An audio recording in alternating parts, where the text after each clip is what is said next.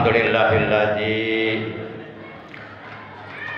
asra bi'abdihi lailam minal masjidil haram ilal masjidil aqsa. Asyhadu an la ilaha illallah wahdahu la syarikalah wa asyhadu anna sayyidana Muhammadan abduhu wa rasuluh. Allahumma shalli wa sallim wa barik ala khairi khalqillah sayyidina Muhammad ibn Abdillah wa ala alihi wa sahbihi wa awwala. Amma ba'da, faya ayyuhal hadirun, usikum wa iyaya bitaqwallah wa ta'atihi la'allakum tuflihun. Qala ta'ala, a'udzu billahi minasy syaithanir rajim. Subhanalladzi asra bi'abdihi lailam minal masjidil haram ilal masjidil aqsa alladzi barakna haulahu linuriyahu min ayatina innahu huwas sami'ul basir.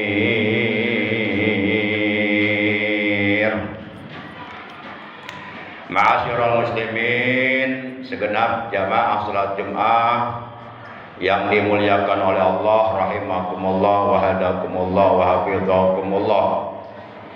Segala puji hanya hak Allah. Salawat dan salam semoga tetap dilimpahkan selalu atas kekasihnya Allah, panutan kita yang mulia, baginda tercinta, Nabi Agung Nabiullah Muhammad sallallahu alaihi wasallam beserta seluruh keluarga beliau, para sahabat beliau, dan seluruh pengikut beliau yang tetap setia, yang tetap cinta kepada beliau dan tetap istiqomah menjalankan segala perintah beliau, juga selalu berusaha menjauhi apa-apa yang dilarang oleh beliau, serta menghidupkan dan mengamalkan sunnah-sunnah beliau. Ma'asyiral muslimin, segenap jamaah salat Jumat yang dimuliakan oleh Allah, rahimakumullah. Dalam Al-Quran, surah yang ke-29, yaitu surah Al-Ankabut, juz 21 ayat 45. Allah Subhanahu wa ta'ala telah berfirman, Utlu ma uhiya ilaika minal kitabi wa aqimis shalah inna sholata tanha 'anil fahsya'i wal munkar wa la dzikrullahi akbar innallaha ya'lamu ma tasna'un. Kata Allah dalam ayat ini, utlu, bacalah olehmu, ma uhiya ilaika minal kitab, apa yang telah diwahyukan kepadamu dari Alkitab, yakni maksudnya adalah Al-Quran. Bacalah Al-Quran, pelajarilah Al-Quran, isi kandungannya. Karena di dalam Al-Quran adalah merupakan petunjuk-petunjuk dari Allah bagi umat manusia yang ingin mendapatkan keselamatan, kebahagiaan dunia dan akhirat. Utlu ma uhiya ilaika minal kitab wa aqimis shalah, dan dirikanlah olehmu salat, yakni salat yang telah dipardukan oleh Allah kepada umat Islam, yaitu salat fardu 5 waktu. Innal salata, sesungguhnya salat yang didirikan dengan benar, salat yang ditegakkan dengan sempurna, yang didasari ilmunya dengan ikhlas semata-mata karena Allah, dilakukan dengan penuh kekhusyuan, mengharap ridho Allah, tanha anil fahsya'i wal munkar. Salat itu dapat mencegah dari perbuatan keji dan perbuatan munkar. Waladzikrullahi akbar, dan sungguh salat itu sangat amat besar keutamaannya. Wallahu ya'lamu ma tasna'un, dan Allah Maha mengetahui apa yang kamu kerjakan. Ma'asyiral muslimin, segenap jamaah salat Jumat rahimakumullah wa hadakumullah wa hafizakumullah. Berdasarkan ayat tersebut, maka kita dapat mengambil beberapa kesimpulan. Di antaranya adalah sebuah kesimpulan bahwa kita diperintahkan oleh Allah Subhanahu wa taala untuk mendirikan salat, untuk menegakkan salat sehari semalam 5 waktu, yaitu subuh, zuhur, asar, maghrib, isya, agar diri kita tercegah dari segala perbuatan keji dan dari segala perbuatan munkar. Maka oleh karenanya, orang-orang yang mendirikan kewajiban sholat fardu 5 waktu, agar hendaknya ia berusaha semaksimal mungkin, seoptimal mungkin untuk menjaga dirinya dari melakukan perbuatan-perbuatan keji dan dari melakukan perbuatan-perbuatan munkar. Karena apabila kita mendirikan sholat, sementara kita masih suka melakukan perbuatan-perbuatan keji, masih suka melakukan perbuatan-perbuatan munkar, masih suka melakukan perbuatan-perbuatan maksiat, perbuatan-perbuatan dosa yang dilarang oleh Allah, yang dibenci oleh Allah, maka hal ini menunjukkan bahwa sholat yang kita kerjakan selama ini belum benar. Sholat yang kita kerjakan selama ini belum sempurna. Sholat yang kita kerjakan selama ini belum ikhlas, belum khusyuk, masih jauh dari kesempurnaannya. Jadi apabila kita mampu mencegah diri kita dari melakukan perbuatan keji dan munkar, maka berarti itu menunjukkan bahwa sholat yang kita kerjakan sudah benar, sudah sempurna dengan baik, sesuai dengan sholat yang dikehendaki oleh Allah Subhanahu wa taala, yaitu agar diri kita tercegah dari melakukan perbuatan keji dan munkar. Ma'asyiral muslimin rahimakumullah.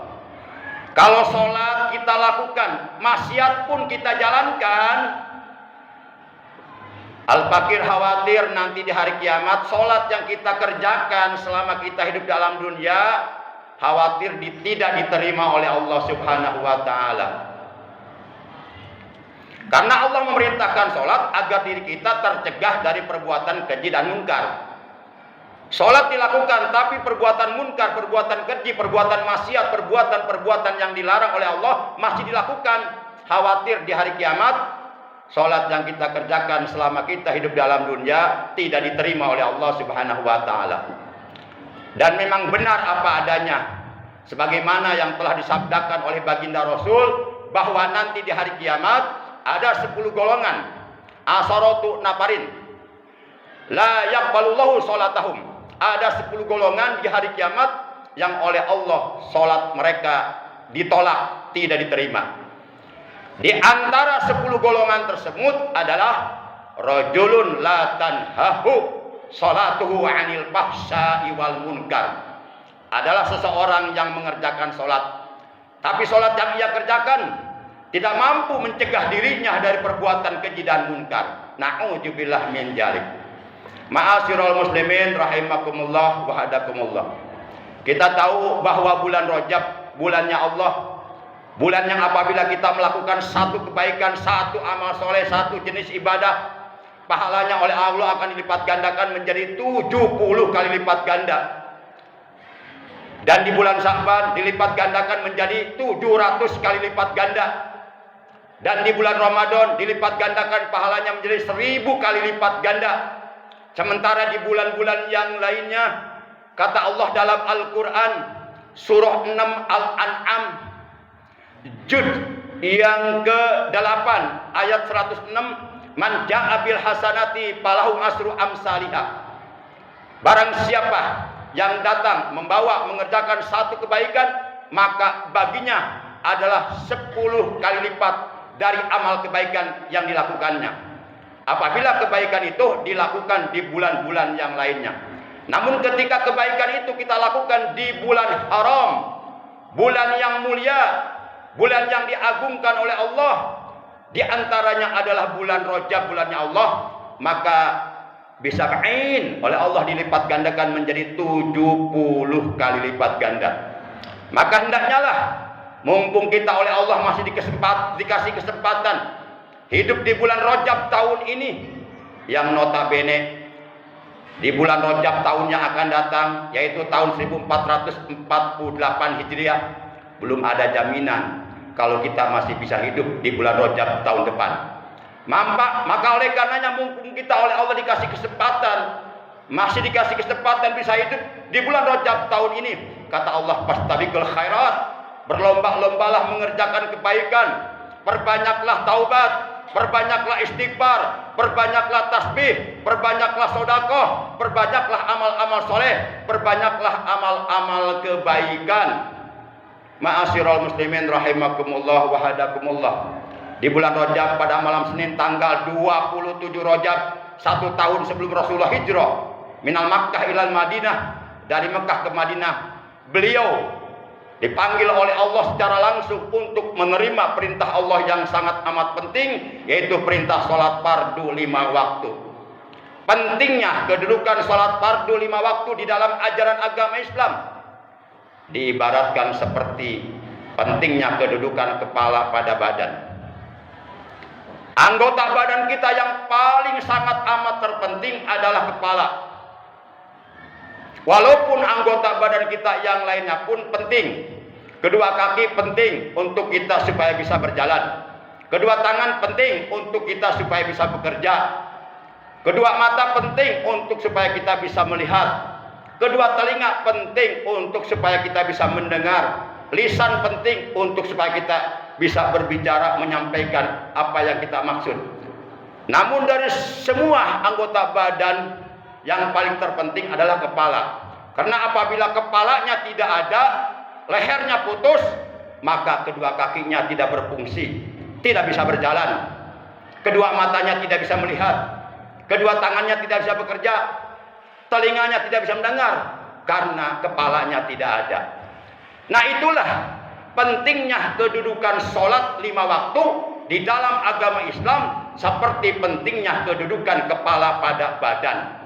Artinya, apabila kita mengerjakan amal kebaikan yang lainnya, amal soleh yang lainnya, ibadah-ibadah yang lainnya, tapi kalau sholat fardu 5 waktunya ditinggalkan, itu diibaratkan seperti badan tanpa kepala. Na'udzubillah min dzalik. Hal ini sebagaimana disabdakan oleh Rasulullah SAW dalam sebuah hadisnya, innama masalul sholati fid din kama masalul ra'si fil jasad. Sesungguhnya perumpamaan pentingnya kedudukan sholat 5 waktu di dalam agama Islam adalah kama masalul ra'si fil jasad, adalah seperti pentingnya kedudukan kepala pada badan. Yuk kita ajak keluarga kita, istri kita, anak-anak kita, ponakan kita, keturunan kontak kita untuk tidak meninggalkan sholat fardu 5 waktu. Apabila orang tua meninggal dunia dengan meninggalkan keturunan yang meninggalkan sholat, maka dikhawatirkan ia akan diseret oleh keturunannya untuk masuk ke dalam neraka. Na'udzubillah min dzalik. Maka oleh karenanya banyak-banyaklah kita berdoa kepada Allah dengan doa yang diajarkan oleh Allah dalam Al-Quran, agar kita, keluarga kita, keturunan kita oleh Allah dijadikan orang-orang yang istiqomah, yang tetap mendirikan sholat sampai kita disolatkan. Dengan doa Rabbi ja'alni muqimas sholat wa min dzurriyyati rabbana wa taqabbal du'a. A'udzu billahi minasy syaithanir rajim. Wasari'u ila magfiratin min rabbikum wa jannatin 'arduhas samawati wal ardu u'iddat lil muttaqin.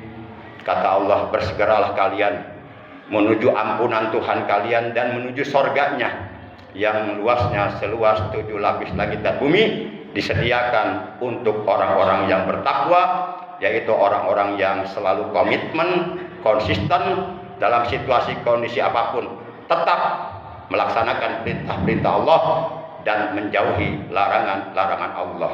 Barakallahu li wa lakum bil ayati wa dzikril hakim wa taqabbal minni wa minkum tilawatahu innahu huwas samiul alim. Aqulu qouli hadza wa astaghfirullah li wa lakum wa lisairil muslimina wal muslimat wal mu'minina wal mu'minat fastaghfiruhu innahu huwal